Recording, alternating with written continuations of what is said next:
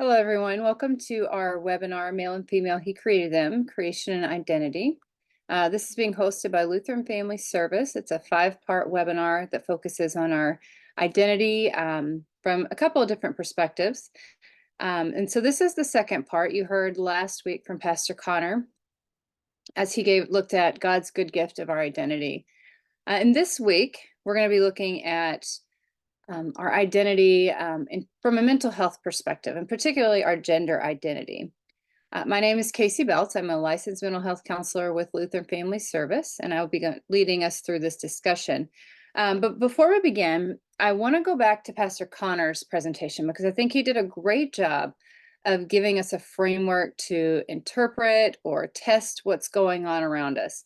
And so some of the key points that he gave to us, I want to bring back up so that we can use those as we go through the information that I have to present. So the first one was, what has God called good? And so we are to use whatever God calls good, we are to call good. So I kind of want you to pay attention to that and look for ways that we are maybe calling what God called good evil, or we're calling what God called evil good, and really pay attention to that piece.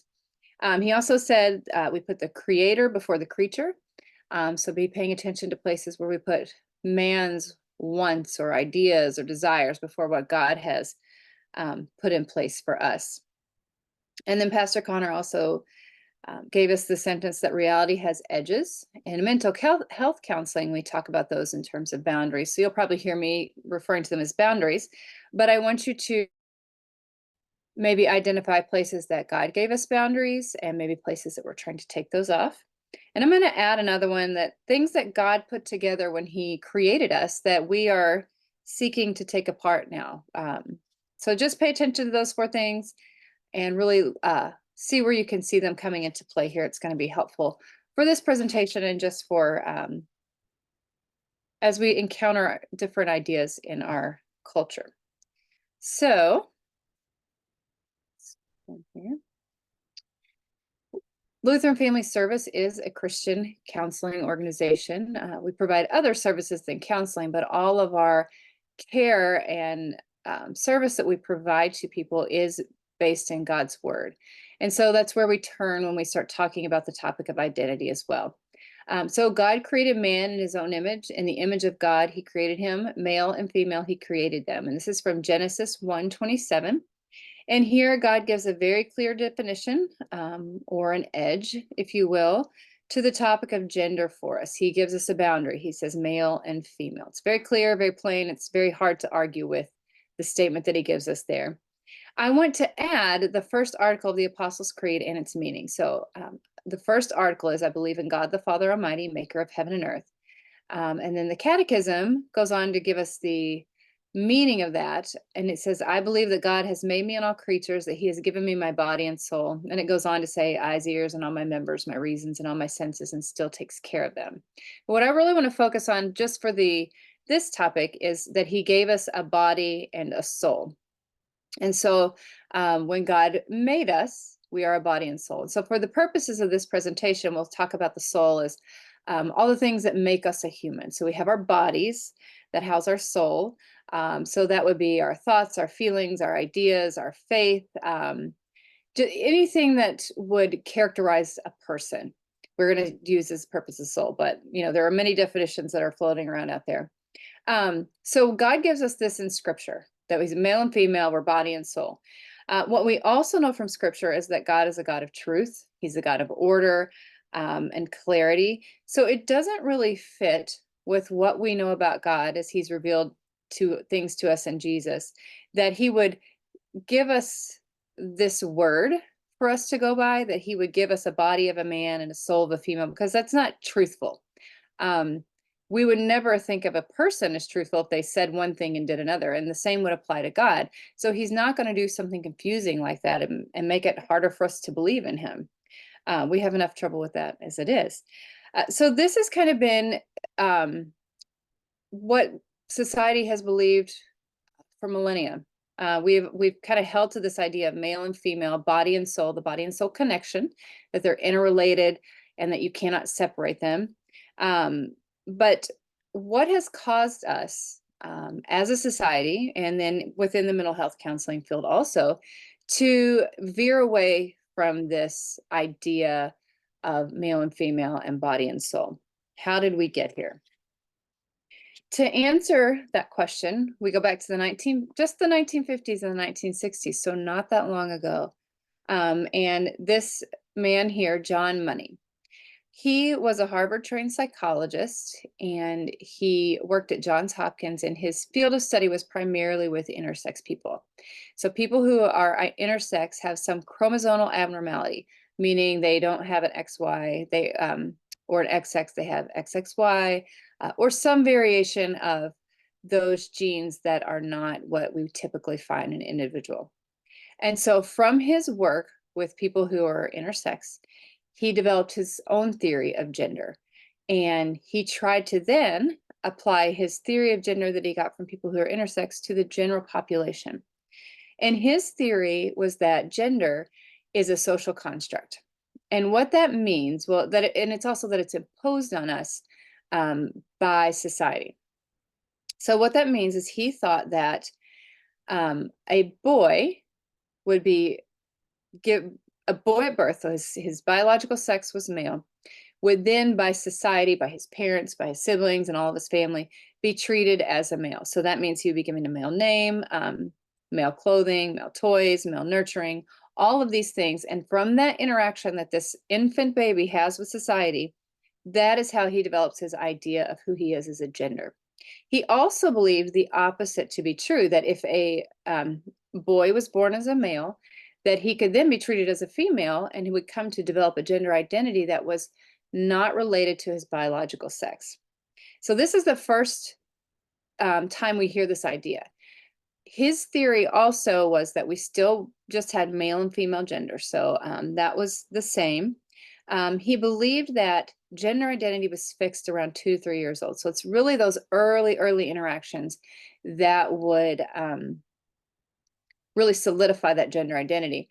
And he believed that because typically what we would see if someone was struggling with their gender identity, you would see it from a very early age. This whole new phenomenon that we're experiencing now doesn't fall in that category. But in his time, you would only typically see someone that was confused about their gender identity.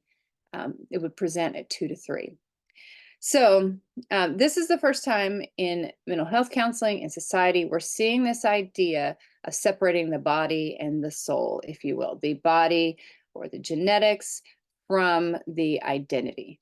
Those two terms come into play here, the sex and gender identity. In fact, he's the first person to coin this term.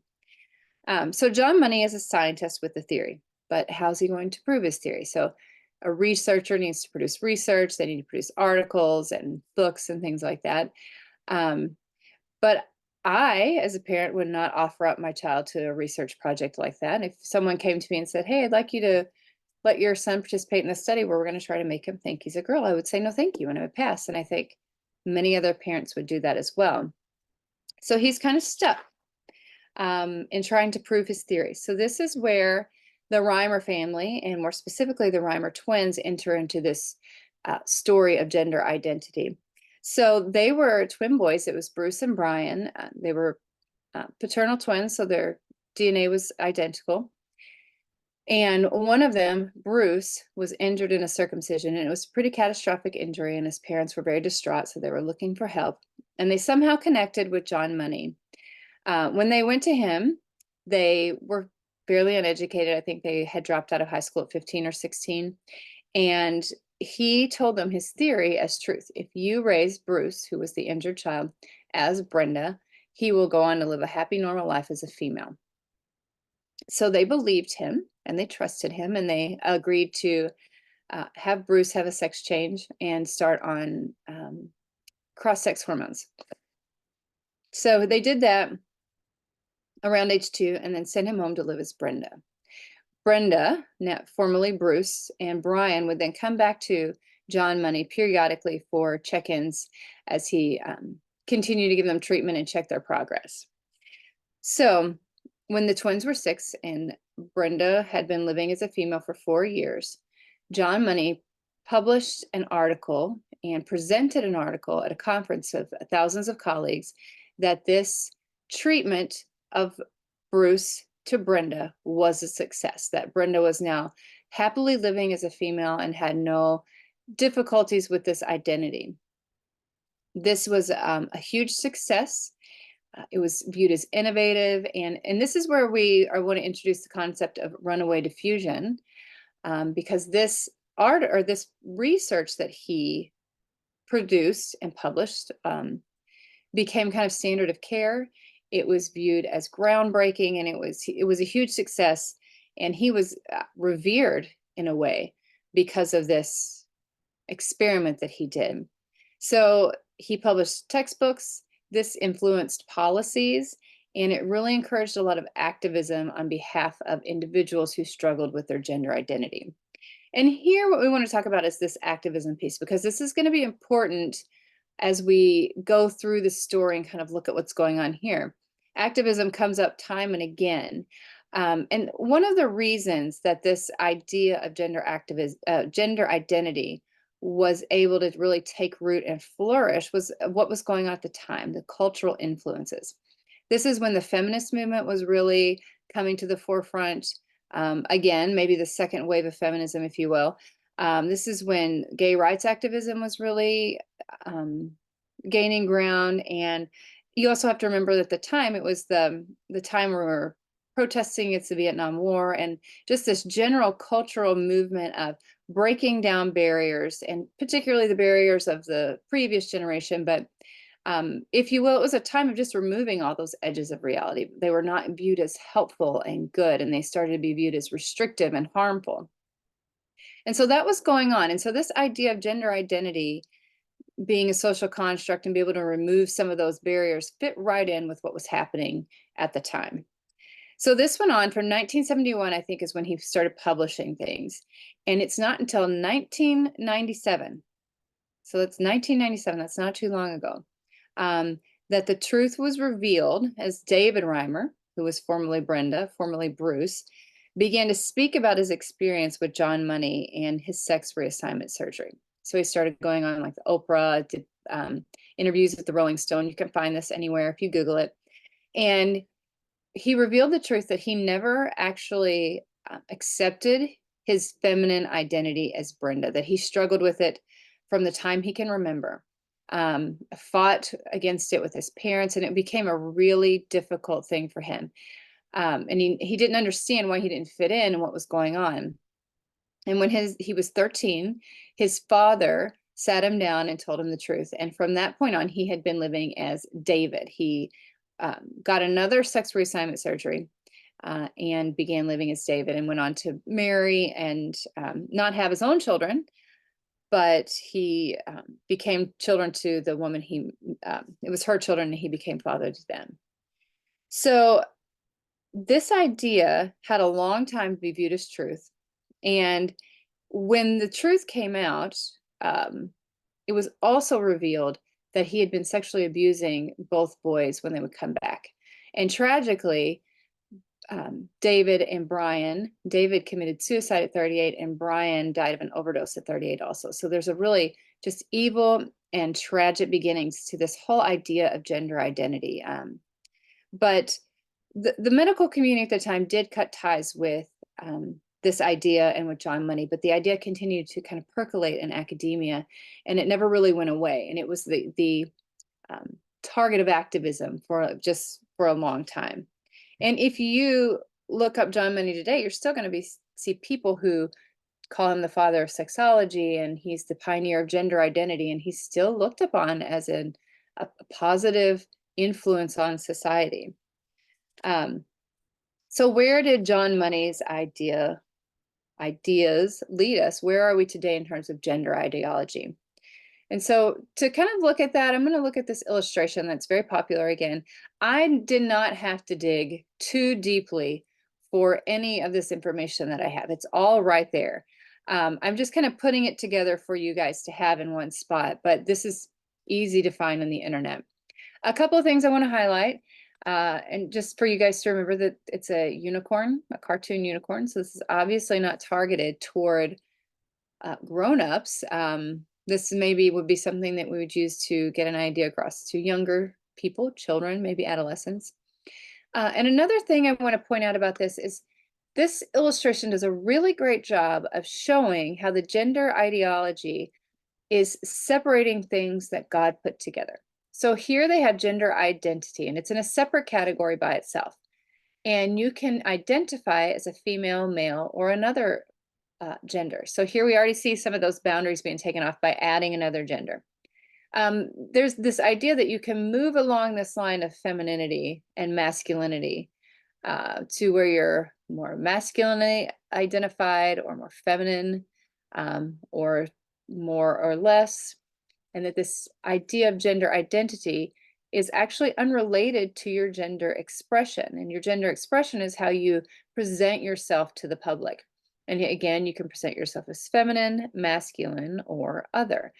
And these two are not connected. Also, unconnected to the previous two is the sex that you're assigned at birth. So if you're born a female, that doesn't necessarily mean that's your identity or how you express yourself. Same for male and other or intersex. And then also they have separated your sex and your gender from your physical attraction, and so that you can be physically attracted to males, females, or other genders. And emotional attraction is also disconnected from our physical attraction, and the same holds here. Another thing that we could talk about is that you can move fluidly between these three lines in each of these categories. So as you think about that, that's a lot of moving parts that a person has to really, if they believe in this gender ideology, it's a lot of moving parts a person has to manage and decide. So that's kind of where we are today, that everything is disconnected. It's also, we would talk about it as an inner sense, or we wouldn't, but people who ascribe to the gender ideology, your gender identity is your inner sense of your maleness or femaleness or other gender. It's nothing that is, now we don't view it as imposed upon an individual by society. And it is fluid throughout life. And so that's something that's important to remember also, because as we get into treatment, that's going to be something that's not going to really flow well with the treatment that they prescribe. But so it's an inner sense. You can be any of these that you want to be. It's fluid throughout life. And your gender identity and expression are unrelated to your sex and your attraction. So what trends are we seeing socially regarding this current idea of gender ideology? And to kind of look at that, we're going to look at this graph from the Tavistock Clinic in the United Kingdom.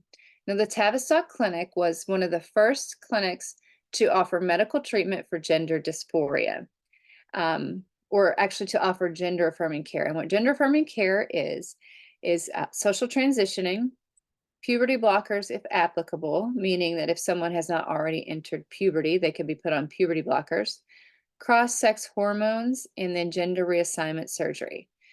So that's what gender affirming care is. And when I use those words, that's what I'm talking about. And so this graph shows us the number of referrals that individuals were getting or were being made to this clinic for gender affirming care. So if we look here on the bottom, it starts at 2010 and goes up to 2022. And here are 0 referrals up to 5,000 referrals. This darker bluish green color here is the number of females from ages 12 to 17 that were coming in for referrals. This darker orangish yellow is the number of males from 12 to 17 that were coming in referrals. And this line is the number of females under the age of 12 that were coming in for gender affirming care or medical treatment for gender dysphoria. Here's the number of males under the age of 12 that were coming in for gender affirming care or medical treatment. Okay, so these are young kiddos, they're prepubescent children coming in for medical care for gender dysphoria. I'm going to talk about this dip real quick before we move on to some other things, but this right here is it's simply here because there was a third party that was taking referrals, and so the Tavistock Clinic didn't directly receive the referral, so they did not include it in their numbers. But if those numbers from the third party were in, you would just see a continuation up to where they are there. And the gray is when they stopped taking the gender of people who were being referred there. So let's look at this. Here in 2010, we see a relatively small number compared to where we are today. It's probably around 100, 150. But if you could extend this graph back in time 10 years, you would see an even smaller and smaller and smaller number. So that we're at the Tavistock Clinic, they're getting maybe 10 referrals in 2 to 3 years. 10 referrals in 2 to 3 years. And that number is consistent with a number that we would see for the past hundreds of years in society. There's a very, very small number of people in the population who would identify as having some gender confusion. What we see now around this time, we start to see this gradual increase in this area around 2012, 2013, 14, to where we are today to 5,000 referrals. And it may be more now. I'm not sure. I don't have any more that's there. So what happened to cause these increases in referrals? What's going on there? We're going to look at two different events that would that we can highlight that's going to help explain the number of referrals. The first one was in 2012, disorder versus dysphoria, and then in 2014 we're going to look at the Dutch protocol study. So this book right here is the Diagnostic and Statistic Manual of Mental Disorders. It's the 5th edition. There was, we started with just the DSM, then you have the 1st, 2nd, 3rd, 4th, 5th revisions. When in the DSM-4, there was a mental health diagnosis of gender identity disorder. Now, sorry, I'm going to step back just a second. So the DSM is the book that all clinicians use to give a mental health diagnosis. So mental health counselors, social workers, psychologists, psychiatrists all use this book to give a diagnosis of a mental health disorder. Gender identity disorder was included in the DSM-4, and it was defined as a persistent and strong cross-gender identification and a persistent unease with one's sex. So in this definition, what we see going on is that the idea or the strong cross-gender identification itself was the mental disorder, was what we would diagnose a person as. Like if they had that characteristic, that cross-gender identification, then we would give them this mental health diagnosis of gender identity disorder. Therefore, the treatment would focus on that cross-gender identification itself. Well, this is where activism comes into play again. So there's a lot of activism going on still around this topic of gender identity. And some of this activism reaches the DSM committees, and they start to wonder, should we take this gender identity disorder out? Because there is an outcry that says, saying that someone who has cross-gender identification has a mental health disorder is actually a human rights violation. This is some of the rhetoric that went on around this time. And so they examined this and they formed a committee to look at whether they should leave gender identity as a disorder. And so typically when committees are looking to change a diagnosis within the DSM, they'll do a meta-analysis of all the research and then draw conclusions based on that analysis of the research. But they were not able to do that with this topic because there was an underwhelming lack of solid research. So instead, they sent out surveys to 40 or 50 different organizations. And these organizations were organizations that supported transgender health. And if we were to characterize them in a certain way, we would say they were pro-LGBTQ plus organizations. And so they were asked, should we leave gender identity disorder in the DSM? 57 to 58% of them said yes. And while that is over half of them, that still means that 52 to 53% of these organizations that were already in support of transgender individuals said to leave it in as a mental health diagnosis. But so what they went ahead and removed it regardless of that. And what they replaced it with was gender identity dysphoria. And the definition for that is a sense of unease that a person may have because of a mismatch between their biological sex and their gender identity. This sense of unease or dissatisfaction may be so intense it can lead to depression and anxiety and have a harmful impact on daily life. So what I want to focus on here, and there's several things within this definition that we want to pay attention to.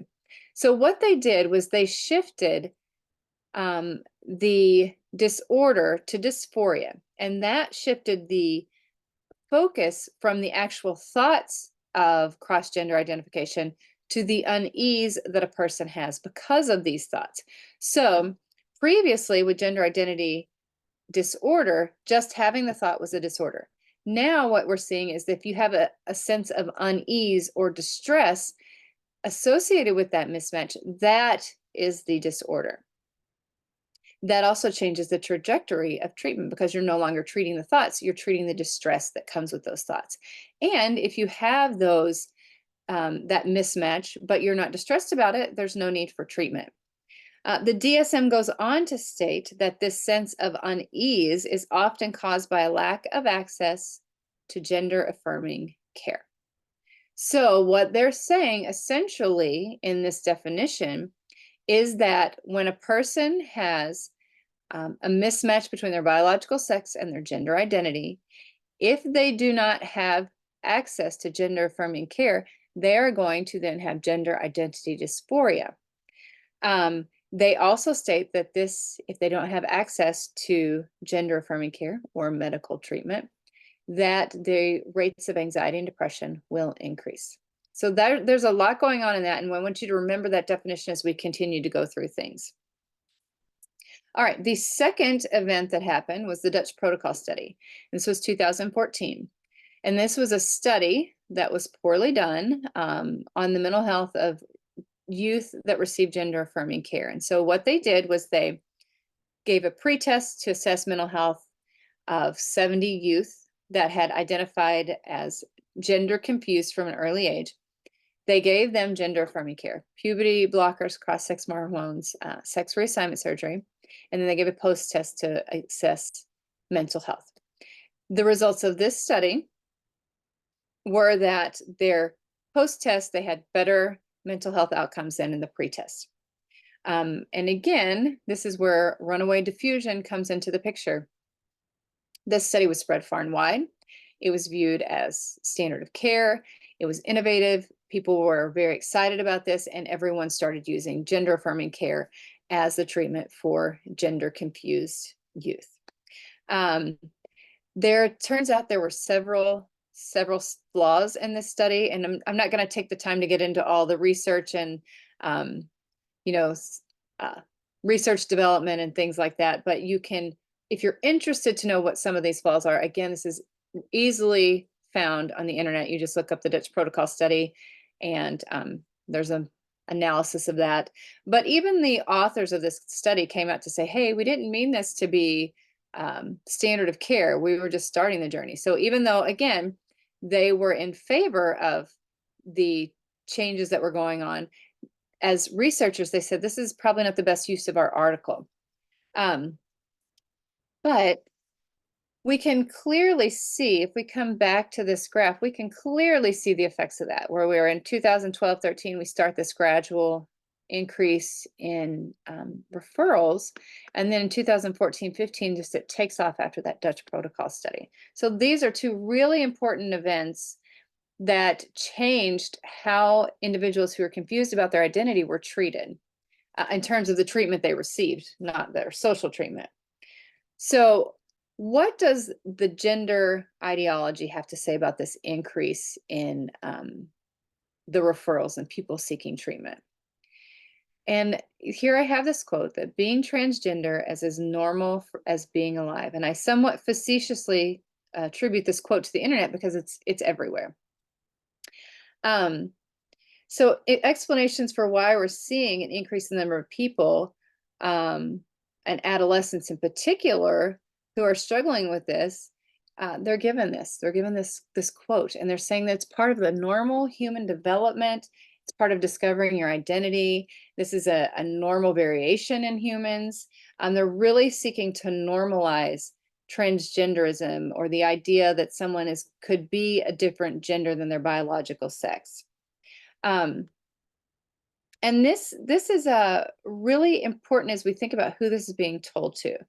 So this is being told particularly to adolescents. And so we think about what's going on in an adolescent's life. What is an adolescent supposed to be doing? Well, they're supposed to be struggling with their identity. Erik Erikson talks about they're tasked with deciding their identity versus role confusion. And so the idea that this is a normal part of your development is being told to a particularly vulnerable uh, people at a particularly vulnerable time in their life and a particularly vulnerable time in history. And we'll kind of talk a little bit more about that as well. But um, kind of figuring out who you are, that's a hard task. It's not an easy, comfortable transition. It comes with a lot of mental anguish and trial and error. But I think, as Pastor Connor pointed out really well for us, when those boundaries of male and femaleness are taken off, an adolescent maybe becomes fixated on trying to figure out what those 5 categories are. Am I a male? Am I female? Who am I attracted to? Who am I physically attracted to?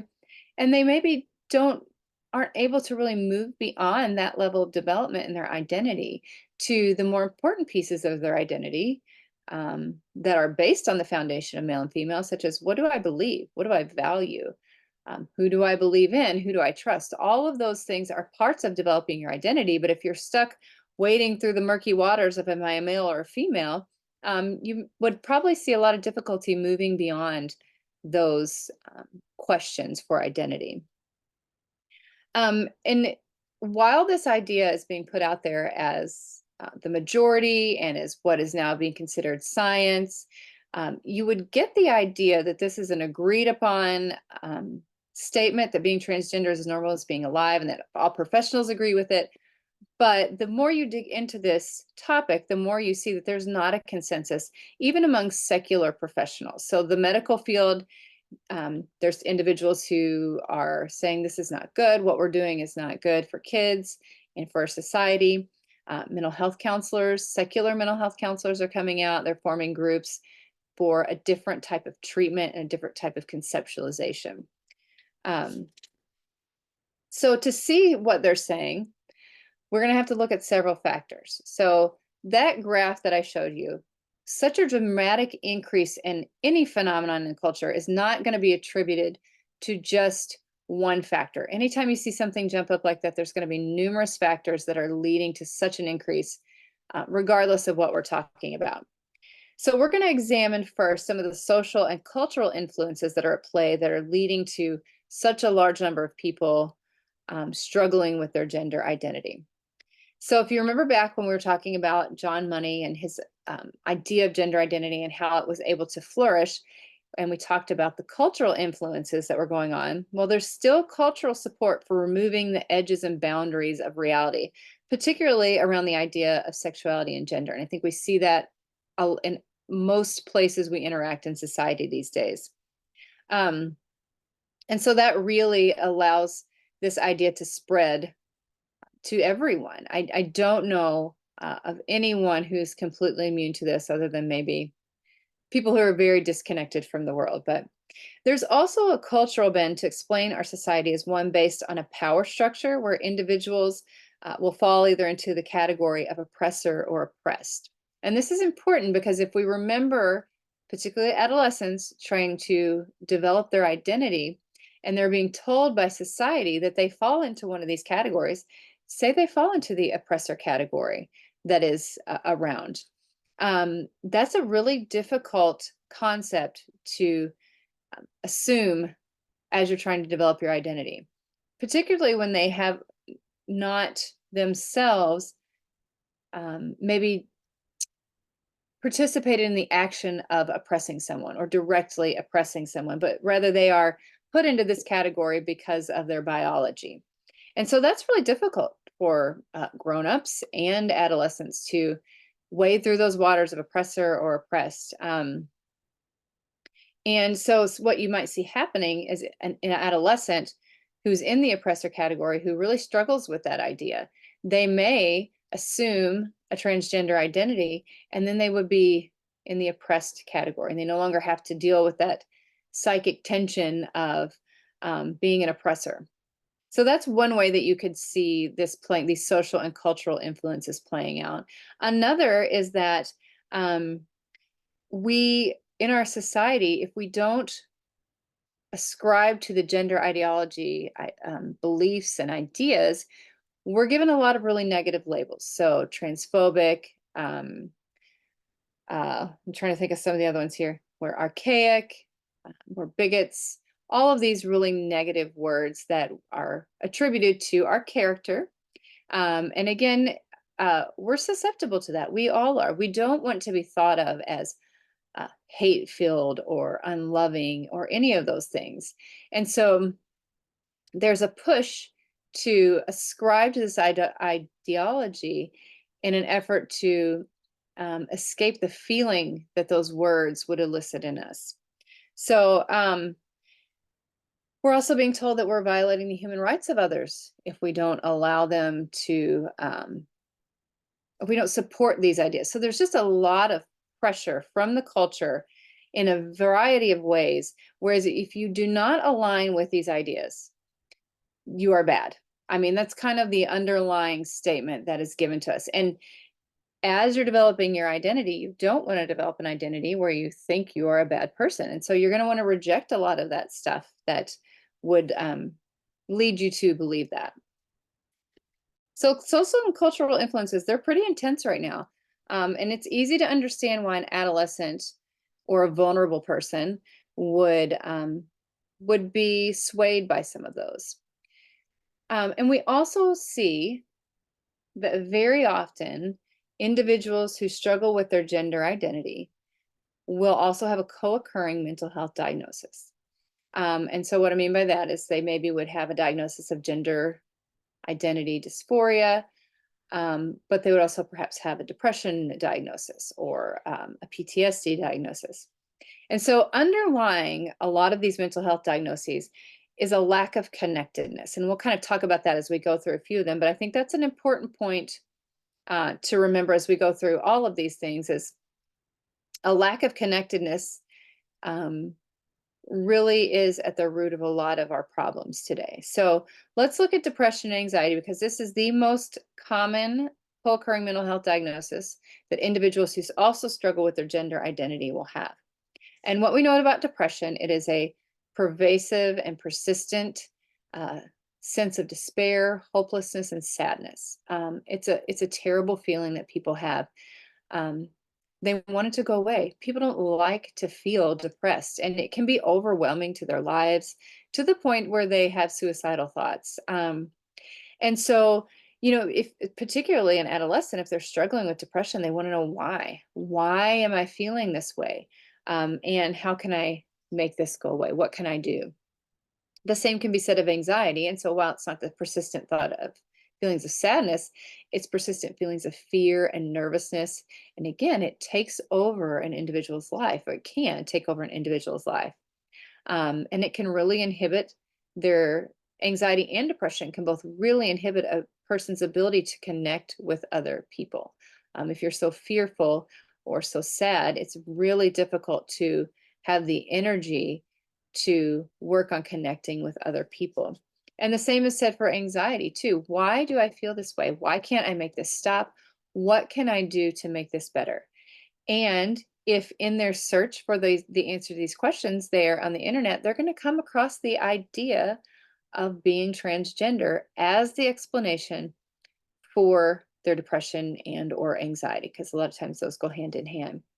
And then they're also going to be given a solution. You do XYZ, gender affirming care, and you won't be depressed or anxious. And again, you can see why someone who is vulnerable would latch onto these ideas and onto these solutions. We also see a lot of ADHD diagnoses and autism diagnoses with people who are struggling with their gender identity. And this has a physical component and a social component as well. So physically, people who have these diagnoses of ADHD and autism, they have a sense of disconnect from their body. They typically have sensory issues, often feels like their body is fighting against them. They would cite a lack of control over their body. And then socially, they have a hard time fitting into peer groups, making friends, keeping friends, understanding what's going on around them socially, and understanding their role in social interactions. So again, you're going to see that lack of social connection, that lack of connection with other humans. And if they are looking around on the internet, looking for answers to this why. Why do I feel this way? They are going to run into the idea that maybe they're transgender, because as it's being told, it's part of being the normal human experience. They're also being told um, that one of the reasons they feel disconnected is because they're not living as their true, authentic self. And again, the gender affirming care is going to help those feelings that they have. Another mental health diagnosis that we would quite often see would be PTSD. We can talk about that in terms of trauma. So I think of trauma as a wound to the soul. And typically that comes from abuse, neglect, being taken out of parental care. So kids who are taken out of the homes for various reasons, um, people who have had assault or have witnessed violence in any way, those are the people that are going to have those wounds on the soul. And oftentimes, if individuals who experience trauma are not in an environment where they feel safe and cared for and loved and are allowed to process that trauma in healthy ways and develop healthy coping skills, you may see the assumption of a transgender identity as a maladaptive coping skill to help with that trauma. And I'm going to give you an example of what that might look like. So, say a female is assaulted. If she is not in an environment where healthy processing of that trauma is encouraged and supported, she's going to be looking to handle those feelings and that event on her own. She's going to be looking for why and what can I do? How can I prevent it? She may make the assumption that the reason she was assaulted is because she is a female. She may make the assumption that because she's a female, she's more vulnerable to this and it might happen again. She may then run across the idea of being transgender. And if she assumes a male identity, that perhaps she will not be as vulnerable to this happening again. She will be able to protect herself. And so you can see how that would be used as a maladaptive coping skill for this trauma. Um, and so those are just a few that we see, that those are probably the most common or the most noted in the literature. There are many others, but those are the ones we're going to talk about there. And so also family dynamics. And I do want to say here that as we talk about family dynamics, we're not saying that the parents did something to make the child be transgender. None of us really know what goes on in either one's families. And we do hold the belief that most families are doing the best that they can. Um, and people have been parenting their children for since the beginning of time. And we can see that it's not parenting because there's so many other things going on. However, what we do know about families are that some families function in a way that promote growth, and they're warm and they provide a safe place for children to appropriately handle the bumps in life that come along. We also know that some families are a little more dysfunctional and they are more closed. They don't have open communications. They're not warm. They're not safe.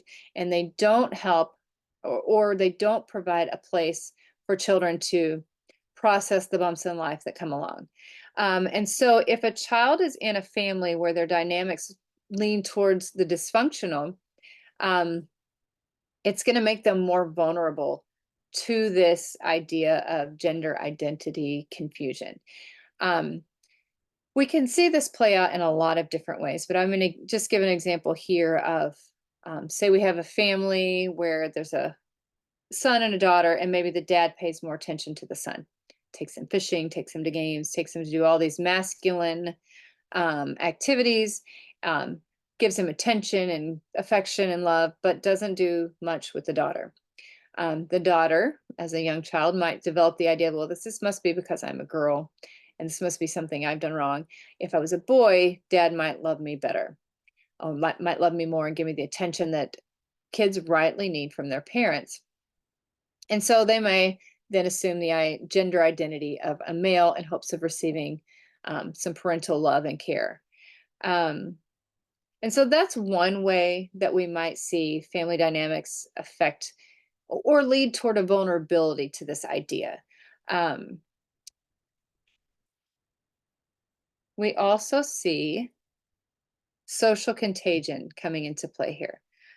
This is the rapid spread of an idea or diagnosis among peer groups. Many individuals that struggle with their gender identity tend to lack social connection, as we just talked about. They lack friends or they lack a peer group to be a part of, um, or they are a part of a peer group and this idea is spread among the peer group. So, what if they lack the social connection in the peer group and they see a group of peers who have this identity or they struggle with their gender identity or identify as transgender? All they themselves also assuming this identity could lead to um, excuse me, entrance into a peer group. It could lead to automatic friendships. It could feel that need for connection. But what we also see is that if an established peer group will also have one person that will identify as transgender, and then you'll see several more very shortly do the same thing. There's a lot of parent accounts that you can read where they say, well, this was completely out of the blue. My daughter or son never mentioned this, but Sally in their group was transgender. And then a few weeks later, my daughter said she was transgender. And this does primarily happen. The social contagion piece does happen more often with females than males, but we're all vulnerable to it, even adults. So this is a big piece of why we see an increase in the rates of referral in people who are struggling with their gender identity. And then last but not least, gender identity and the internet. So there's an interesting interplay between all of these factors that I just mentioned and the internet. I'm going to offer the observation that the internet and social media either creates or it exacerbates all of the previous listed reasons for the increase in gender identity confusion. So we're talking about the social and cultural influences, the mental health diagnoses, family dynamics, and then the social contagion piece. All of those are either introduced into the life of individuals or are exacerbated by the internet. And so Jonathan Haidt, I just finished his book, The Anxious Generation. And what he does is he looks at the current mental health crisis that we have in adolescence. And this is a pretty noted phenomenon that adolescents are struggling with anxiety and depression at a much higher rate than ever before in recorded history. And he looks at that and he relates it to the introduction of smartphones and social media, and particularly the early use of these things of children. He talks about replacing a play-based childhood with a screen-based childhood, which really inhibits a lot of social development, leading to social media use greatly increases anxiety and depression because there's the lack of connection, the spread of ideas and on the internet, the lack of family connection, the social contagion piece where different diagnoses are spread throughout the internet. All of these things you'll find on the internet. The social activism, YouTubers, forums, all of these things, any of these ideas you want to find, they are readily available there for us to consume. He also states that giving children unfettered access to the internet actually increases anxiety and depression because they're being exposed to adult ideas, adult thoughts, just the adult world at an age where they're not ready developmentally to comprehend what's going on, and it leads to increased rates of anxiety and depression. So the internet just plays a huge role in our current mental health crisis and the crisis of gender identity. So that's all we're going to focus on tonight. We're going to next week, Pastor Connor is going to continue talking about our good gift of identity that God gives us. And then for the next 2 weeks, he will. And then the fifth week, I'm going to be presenting on some of the treatments that kind of flow from these two different conceptualizations of gender identity. The first conceptualization being that this is a normal part of development, and that the treatment for the sense of unease is the gender affirming care. And we're going to kind of look at that and how that plays out, and then some of the negative consequences of that gender affirming care. We're going to look at some of the treatment that flows more from the idea that this is a mental health disorder. And then we're going to look at some practical ways to talk to our kids and to other individuals about this topic. So I hope you'll join us for weeks 3, 4, and 5. And again, if you have any questions, you can get in touch with me through the Lutheran Family Service website, and Pastor Connor has offered up his time to answer questions if you have them. We would love to be able to talk with you about this, and just really connect with you and help you in any way that we can. So thanks again for joining our webinar, and I hope to see you next week.